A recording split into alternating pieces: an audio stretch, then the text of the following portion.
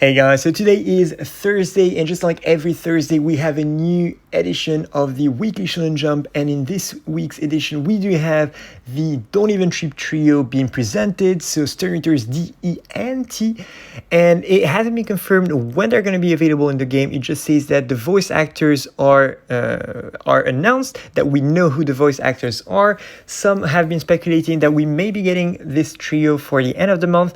These are just speculations for now. However, in this video and in this series of video, I want to be presenting you what these guys look like and could look like kit-wise when introduced to the game. So in this first video, I'm going to be focusing on Askin, and then I'm going to look at the other two. Otherwise, it's going to be too long. So let's just do one character, one video, and dive in.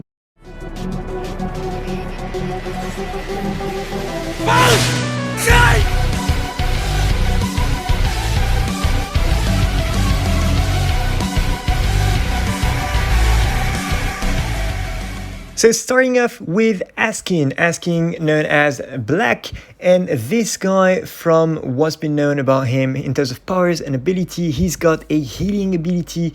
So literally he is raising his own lethal dosage to an attack that also grants him a healing factor, which allowed him to recover from the severe burns inflicted on him by Yoshiro Shihoin in just seconds. So probably a heal move, so that could be the second strong attack, a heal move. He also have immunity, so basically the guy develops immunity to any kind of attack he's being exposed to, and this extremely quickly. So that one, I'm not too sure how it could be represented into the game. That could mean that he gets a damage reduction as a soul trait or just a skill maybe. He also has this attack called a giftable, which is German for poison ball, and basically the idea is that Askin throws a small, slow-moving ball of poison at his opponents. So it may sound like he could have a kit inflicting poison to his enemies. I'm not sure about the speed of the ball, because if we have like a small attack, a little bit like Academy Ranges SA1, could be a bit bad, so I'm not sure how K-Lab's going to work around that. But definitely a a poison inflicting kit. That's what I think he's gonna get. He also has another attack called Gift Bad, which is German for poison bath, and that one is interesting because basically he creates a darkened area of influence, which is the size of a large circle on the ground, and if anyone just steps within its radius, basically Askin is gonna lower their resistance to anything, such as reishi, and it also causes them to become poisoned by a high amount of that substance. So this could be, there's different ways for that one. So it could be something like a crawling vortex, something like a crawling vortex around him, and any enemy within that vortex would get poisoned, or it could just be, I don't know, but it sounds like a vortex in some way. So interesting. And then he also has, obviously he has his bow, so which is his spirit weapon. Not sure how to pronounce it. It's like a Hailey Bogan, or sorry, the Hailey Fail, which is the holy arrow. So he could be ranged, have a ranged kit, and also he also has a few more attacks. He's got the Gift Ball Deluxe, which is another poison attack, and that creates an enormous version of the Gift Ball, which we discussed right earlier, which is centered around his body, and its power is just magnified greatly if Askin dies. So could he have a resurrection mechanic on his special? Maybe. Or he could have a, the insta-kill on his special as well. He also has Gift Buried, which is another, it's Japanese for deadly poison domain, and Askin basically creates dozens of interconnected spheres of light to form a large spherical barrier, which he claims cannot be escaped from.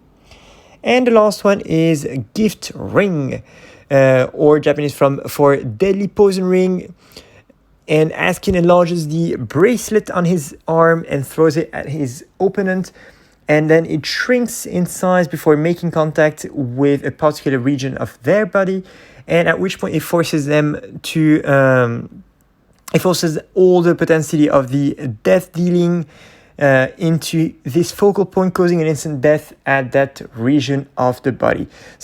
So yeah, that is about it. I'm not going to speculate on attributes or anything, but it looks like this guy's going to get a crazy good poison inflicting kit.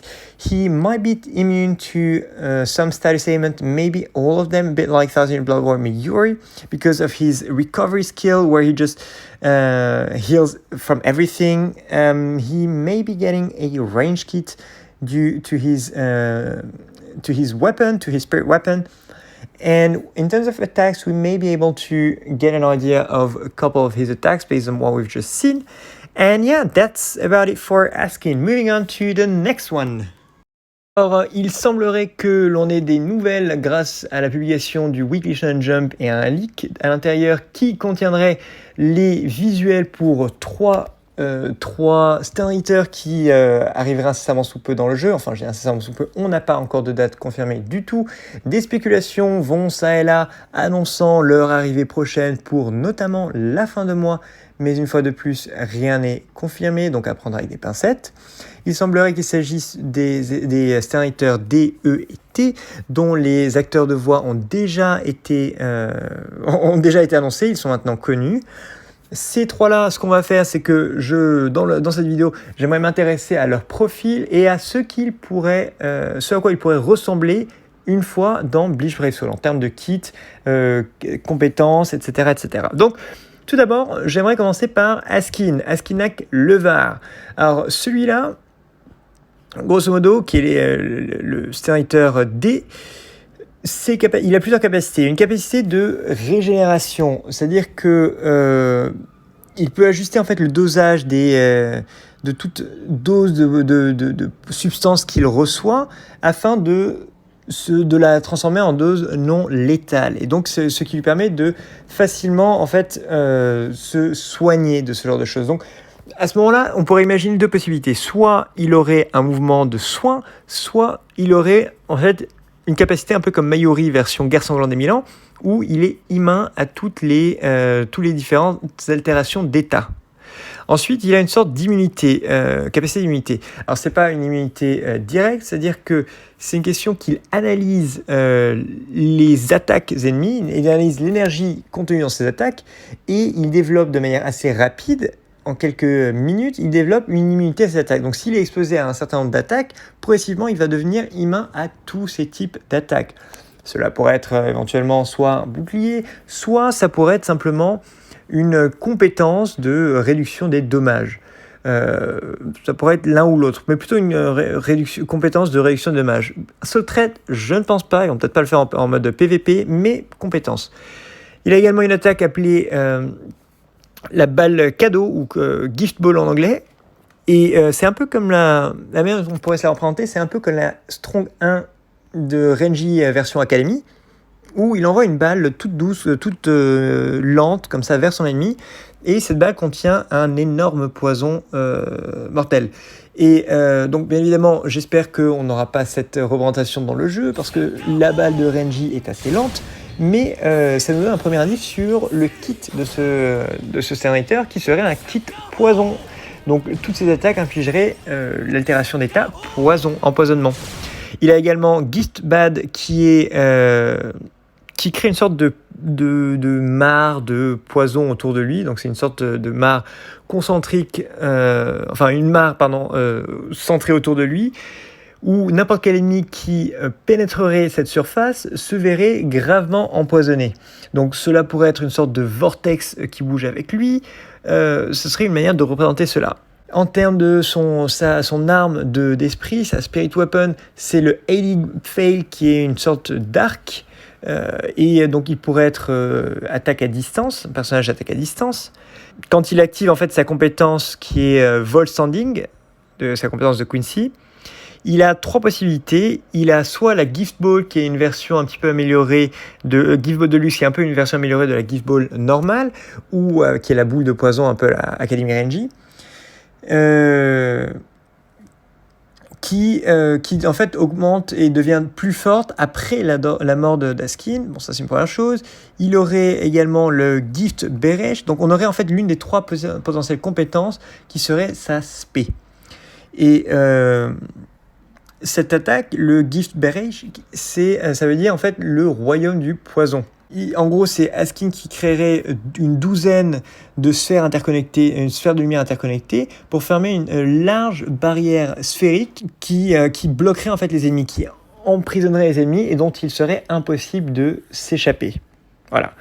Il a également une autre compétence qui est le Gift Ring, donc l'anneau du cadeau en quelque sorte, ou ce qu'on appelle une traduction plus littérale du japonais qui est l'anneau empoisonné de la mort.